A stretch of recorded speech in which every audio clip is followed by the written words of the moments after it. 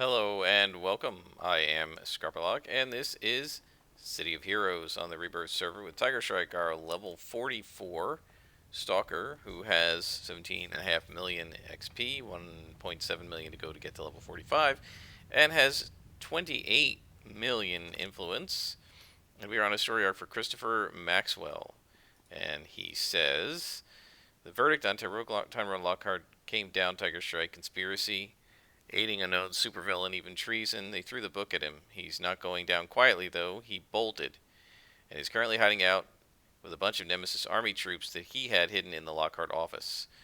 You're the one that found the key evidence. I think you get to capture Tyrone Lockhart. So, turns out he's right here in Steel Canyon, which is nice and convenient for us. So we will go get him and bring him in again. So we're going to need to capture him and his men, which may mean defeating everybody. We'll see. Oh, I guess I shouldn't have come down here because it looks like we got to go back up.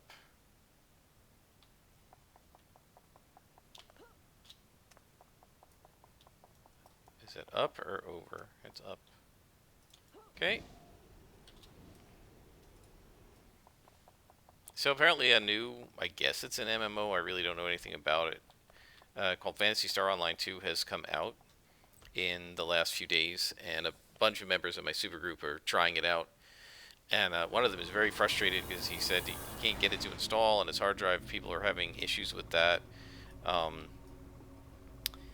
Apparently, according to what the one person said, the game requires you to install it on your Windows drive, on the hard drive that that you have Windows installed on. For me, it's the C drive, right? And you can't install it anywhere else, and this particular person does not have, I guess, enough room on the C drive for the game, and if you install it anywhere else, it just doesn't work correctly. At least hasn't been working correctly for this particular person. And you know, I said, boy, if that were the case and I were trying to play the game, I wouldn't be playing it, because I don't install anything. I don't install games and apps and stuff on my C drive. I install them on my D drive, which is a much bigger hard drive. I have like I think it's dual kind of connected 256 meg SSD drives that act as a single drive. And then I have and that they're only like 512 total gigabytes, and then I have like a 3 terabyte regular non-solid state hard drive that I put everything else on, like this game. And I know technically, you know, the SSD drive is quote-unquote faster and you get better performance if the thing is installed on your solid state drive, but I do not put games or anything else like that on my solid state drive. I just don't. So yeah, this game is installed on my D drive, and it's perfectly happy to do that. So yeah.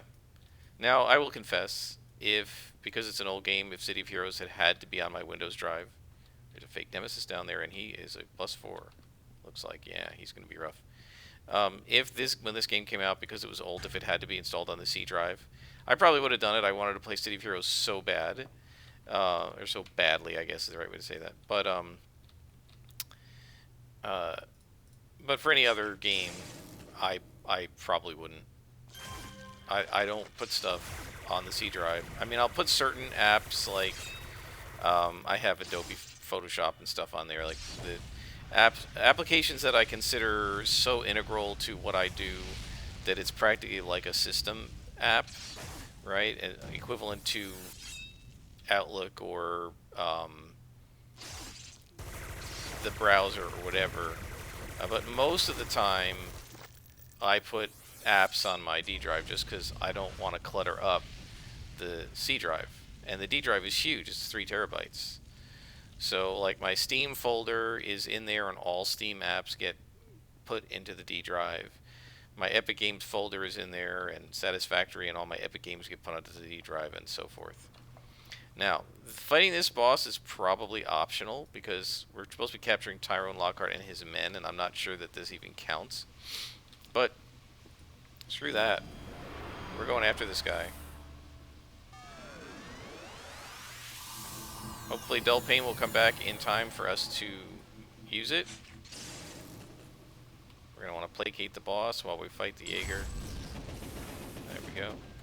Fortunately, he was stupid enough to shield the Jaeger as it died, so that burned his shield, which is good. I don't know if he could put it on himself. A lot of times you can't with the shield power, the force field power. Now this guy's going to be able to do a huge amount of damage to me because he's +4.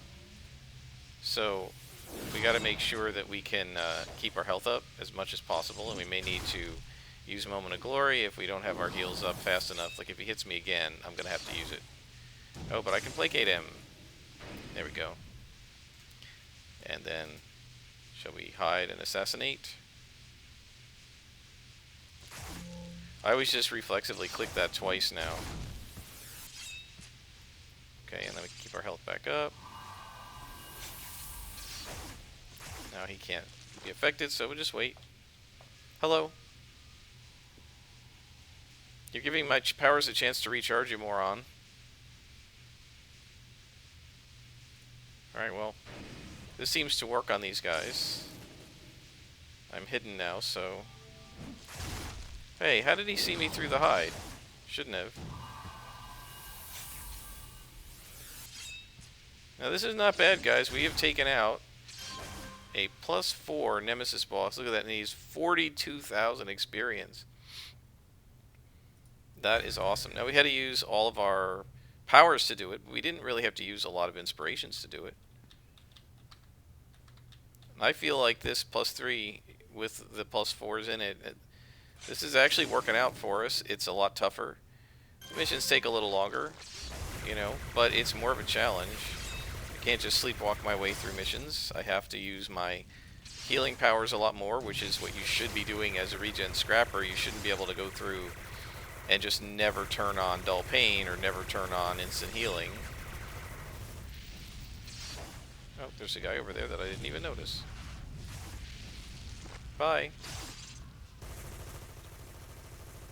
Okay. How big is this level? Oh, it's not too big. We're now hidden again. Let's see, what else we got. Is this the end? Sometimes this is the end. I don't see Tyrone here.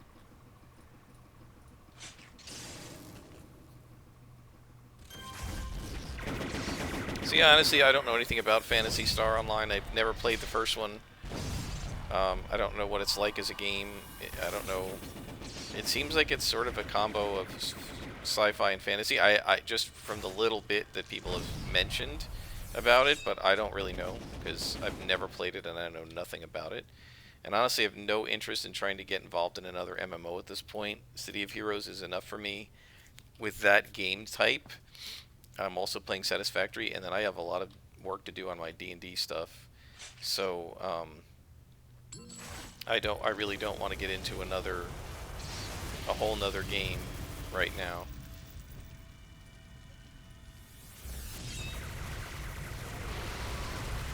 Let's AoE these guys because they're in a perfect cone. There we go. Now really the way to do that is AoE, knock them back, and then if you do it when focus is charged, you can stand where you are and hit them with focus. And probably take out the guy that you hit with focus. Especially if Shockwave's been slotted, which for us, we haven't yet. Thought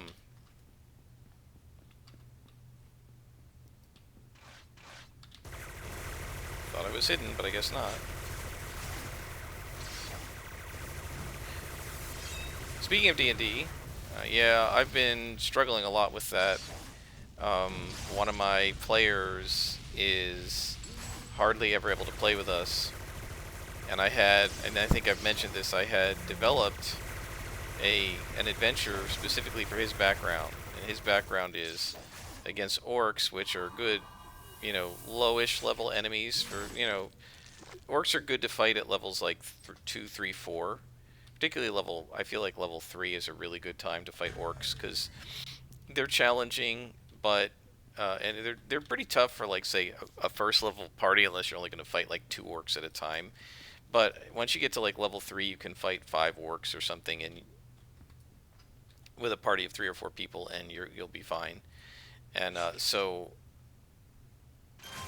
I figured, okay, his enemies are orcs. Well, I have a couple of sort of gentle introduction type adventures. One with zombies and skeletons, which are good for first level parties, and one with goblins, which are also pretty weak and good for first and second level parties. And the goblin one was supposed to be a first level adventure that is now their second level when they went to it, because they did the undead first, which I didn't know whether they were going to do or not. And there's a lieutenant there, so we're going to hit him second. So they're about done with the goblins. They're going to hit level 3, and then they're going to go fight. Then I said, okay, well, they can fight the orcs. And so the idea of this character is that his family was destroyed by an orc tribe, and he doesn't know, and I've mentioned this before, he doesn't know the orc tribe. And I was going to have a friend of his be a prisoner of the orcs in the one place they find them, and say, this is the tribe that killed your family, and I know where the chieftain is. And then I was going to, they were going to probably hit level 4 by the time they're done with the orcs in a small tower that they're fighting, and then they could, at level 4, go off to the orc lair and fight the orc chief and so forth. And I've mentioned that. But since he's not around, I don't really want to run his character as an NPC when we're doing the stuff from his background. It's there for him, right? For him to enjoy, and I don't want to just sort of play his character for him during his own background.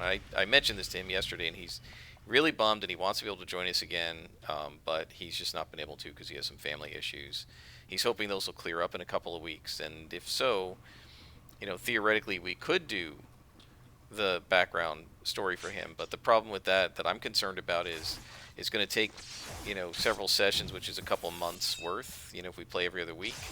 And I'm just worried we're going to start his background, we're going to get to the headquarters of the orc chief, and then he's not going to show up again, and then when he's fighting the guy that killed his family, I'm using it as an NPC. So at this point, I'm pretty well determined that I don't think we're going to do his background story. I'm just not going to leave that clue in the base. And unless, he can really guarantee being there, which I don't think he's going to be able to do, I don't think I'm going to do his background story, and it may just have to be something we do later. Now, the problem with later, of course, is that let's say they're 8th level or something when his schedule clears up and he can reliably do it. Well, fighting orcs at 8th level is kind of lame. So I'm gonna have to figure out. I have one idea, right, that was already in place, which is that the orcs are trying to get money because they need money to summon demons, and the demons won't cooperate with them unless they pay them money. These are like Yulgoths and other Loths, and these guys are like greedy. And so the idea is that they're dropping money into this pit, and the demons are climbing out of the pit and serving them, right? And so I guess what I could do is just have a lot more demons. I was just planning to have one demon in that room, maybe climb, have the like the cleric there, and you think, oh, it's just a cleric, and then he runs over to the pit and drops some gold in the pit, and a demon climbs out, and they have to fight the demon. And it was just going to be one low-level demon, but if they're high level, maybe the orc lair's got tons of demons in it. Wasn't really what I was planning, but if they're high level, maybe that's what I'd have to do. I mean, we'll have to see. But so then I was like, well, I got to come up with a different 4th level adventure. And so one of my other players kind of left me in a bit of a bind. So the story of where they are is that they this is the Roman Empire, and in real life, the Roman Empire had this city. I think it's near where Nimes is in France. It's in sort of on the border between northern Italy and southern France, and it was like a border town for the Empire that was kind of controlling the northern provinces and running things for the Roman Empire. That they use that as an administrative center for like Gaul, which is kind of where France is. And at one point, And so the town is called Lugdunum. And at one point, Lugdunum was sacked and destroyed. And I don't know if the Romans ever rebuilt it. But so I said, okay, well, if that's on the that was sort of on the edge of the Roman Empire, and for this fictional version of Rome, right? It fell. It was destroyed. The Rome sent the army to take it back, and the army never came back, right? And a whole entire legion never came back.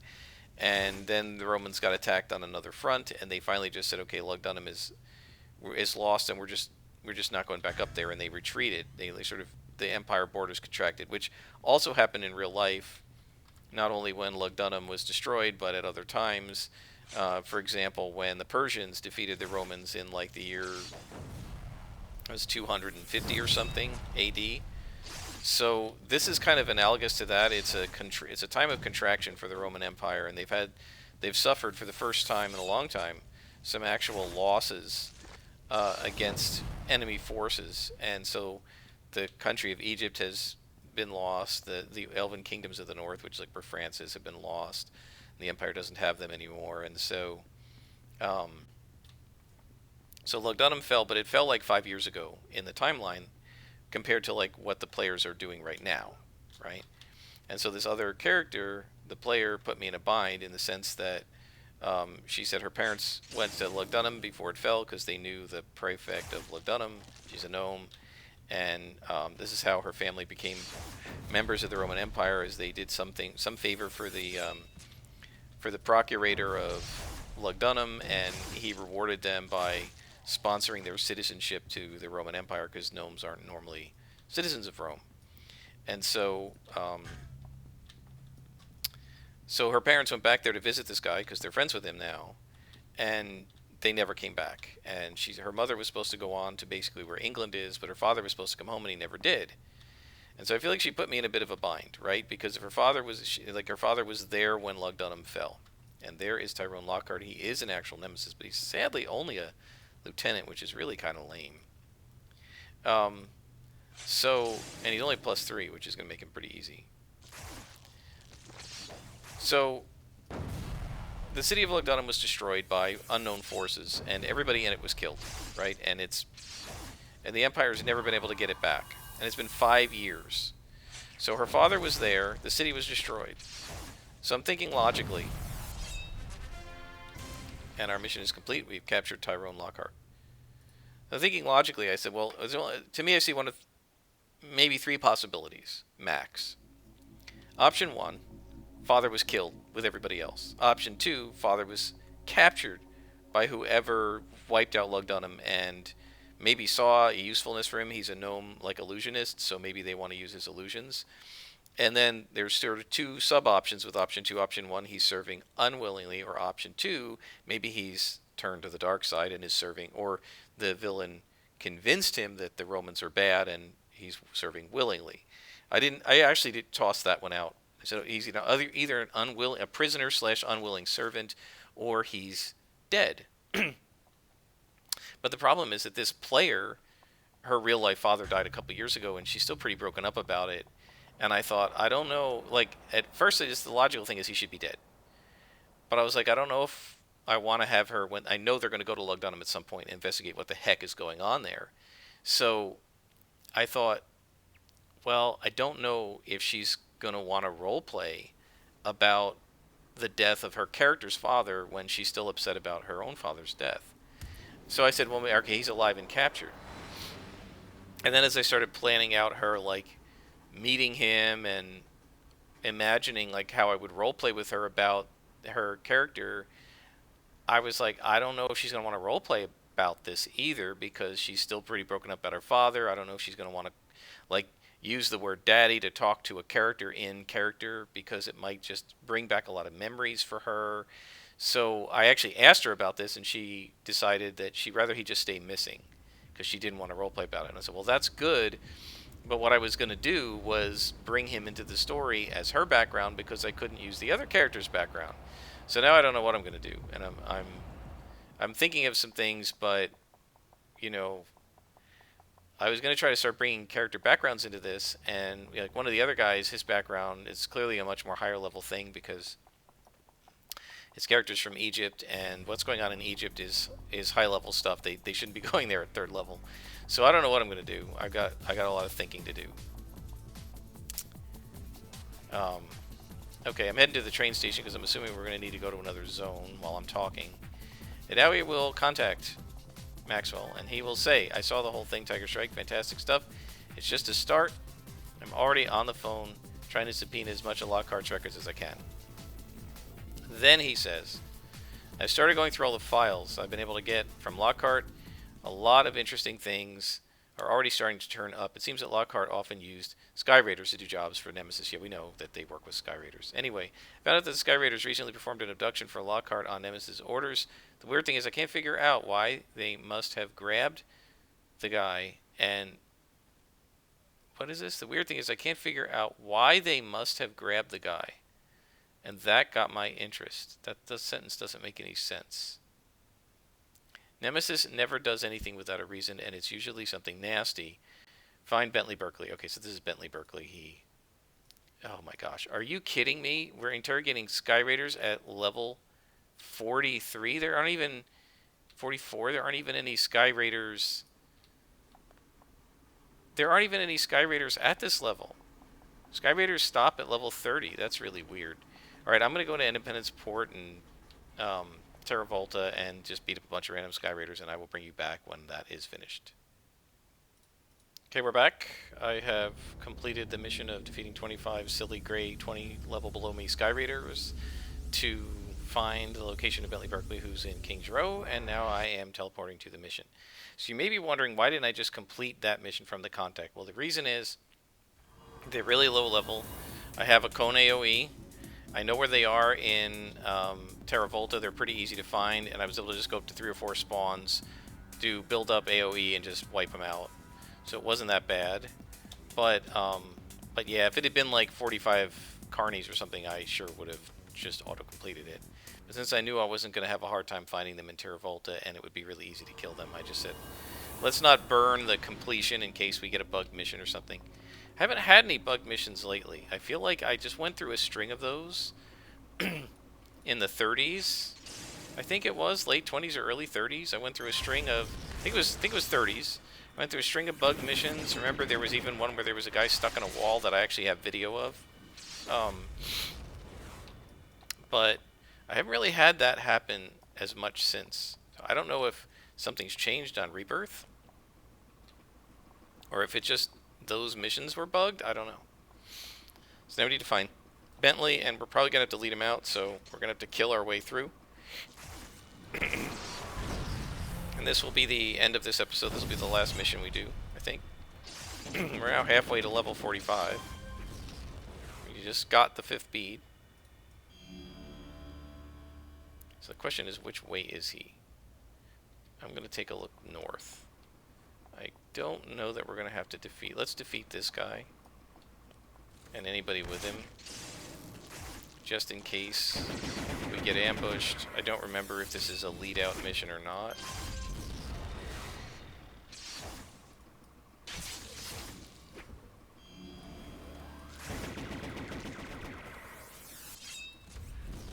If it is, then we just want to make sure everything's clear so that these guys don't get involved in the ambush.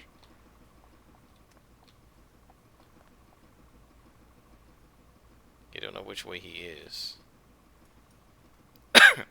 Now see, if I had a better memory, because I've done Bentley Berkeley before, if I had a better memory, I would know which way to go in this map. So I'm pretty sure it's almost always the same map. Although sometimes the spawn points are different. I know for sure when I was fighting in the Carney storyline, and I had to reduce the difficulty to 0, plus 0. When I did that, I found the boss, the elite boss, what's her name, Vanessa DeVore, I think. I think that's who it was. I found her in a different spot.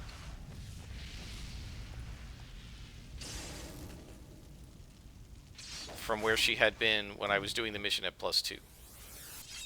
So now one of the things I don't like about +4s, which is why if I had my druthers, I probably would try to run the +3s on only +3, is visually, right? Up until +4, the lieutenants are a different color from the minions. Orange versus yellow, or yellow versus white, or purple versus red for +3. But at +4, everything's purple. So you can't tell a minion from a lieutenant just by looking at the color. You got to read the name, which takes a little extra time and sometimes visually isn't as obvious. And that's how I'm probably going to, a lot of times, accidentally attack the lieutenant when I mean to attack the minion, or vice versa. Like in this case with the Nemesis, we want to definitely fight the lieutenant last, even after bosses, because it's the lieutenant's kind of death scream, or whatever you want to call it, that buffs his allies. So you want to kill him off when he has no allies to buff. And see, now it's early morning and it's way too bright in this room, and unfortunately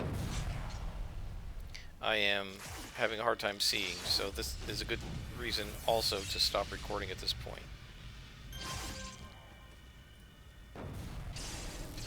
Yeah, I was watching one of my videos where I was outside in Brickstown, I think it was, and I was complaining I couldn't see a darn thing while I was playing it.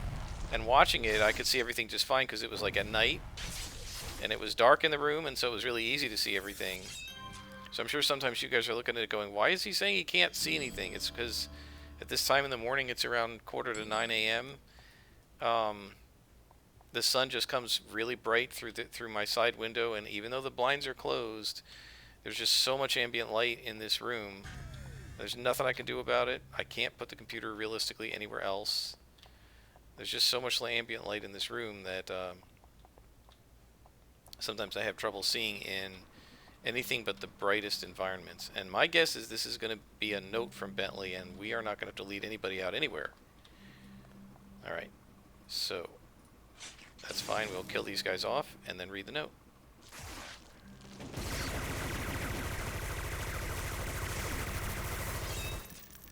Now we might get ganged up on here, but it looks like not. Looks like we're alright. So why did I do that? I'm trying to stay as far back as possible until now because I knew those guys were going to aggro to me. So I was trying to just get an extra blow in before they all came after me. Not totally necessary with all our regen powers, but just helps a little bit. Let's do a built-up shockwave. It's actually respectable when you do that. It'd be more respectable if I had slotted it, but I haven't had a chance to do that yet. Our endurance is holding up okay. As long as we don't get into multi-spawn fights like this with focus accuracy, we do alright. So let's see if we get a clue. And we do. And the clue says, found the transfer orders on a desk in the warehouse. The Sky Raiders had been ordered to take Bentley Berkeley to... Oh, awful writing. Should be the warehouse to which the Sky Raiders had been ordered to take Bentley Berkeley. They order Berkeley to be moved to a facility for medical research and experimentation. There's no hint of the facility's location. There's enough detail. You could probably find it with information from Lockhart's files. So we're going to have to keep looking for Bentley Berkeley. But that won't happen in this episode because I think we're about ready to stop. Let's look at the time here. It has been, 29 minutes. So I think we'll stop here. We'll call our contact and then call it quits. He says, Nemesis had Berkeley kidnapped for medical experimentation. That's pretty sick. But I wouldn't put it past Nemesis. So we're going to have to look through the files and check back with me soon. And we will do that next time. Until then, I am Scarpalock, and this has been City of Heroes on the Rebirth server.